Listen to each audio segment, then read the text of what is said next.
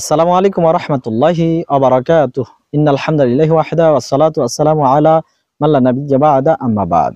ইসলাম মুসলিমদেরকে কিভাবে নিরাপত্তা দান করেছে, মুমিন ঈমানদার মুসলমান এর জন্য সুরক্ষা দেখুন। আল্লাহ রাসূল মুহাম্মদ সাল্লাল্লাহু আলাইহি ওয়াসাল্লাম বলেছেন, সিবাবুল মুসলিমি ফুসুকুন ওয়া কিতালুহু কুফরুন। মুসলমানকে গালি দেওয়া পাপের কাজ, আর তার সাথে যুদ্ধ করা এটা হচ্ছে কুফরি কাজ।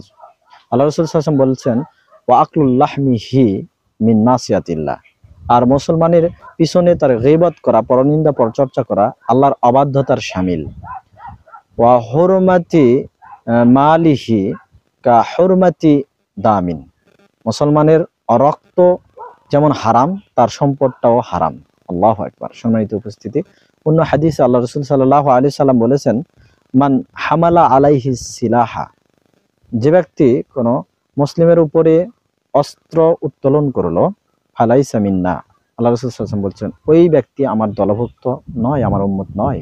তাহলে বোঝা গেল, একজন মুমিন মুসলিম সে অন্য কোনো মুমিন মুসলিমের প্রতি অত্যাচার করতে পারে না। আবার একজন মুমিন মুসলিম সে অন্য সকল মুসলিমের হাত থেকে নিরাপত্তা পাবে।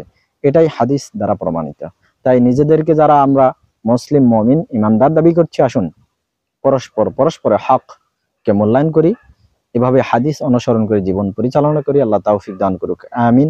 ওয়া আখিরু দাওয়ানা আনিল হামদুলিল্লাহি রাব্বিল আলামিন। আসসালামু আলাইকুম ওয়া রাহমাতুল্লাহি ওয়া বারাকাতুহু।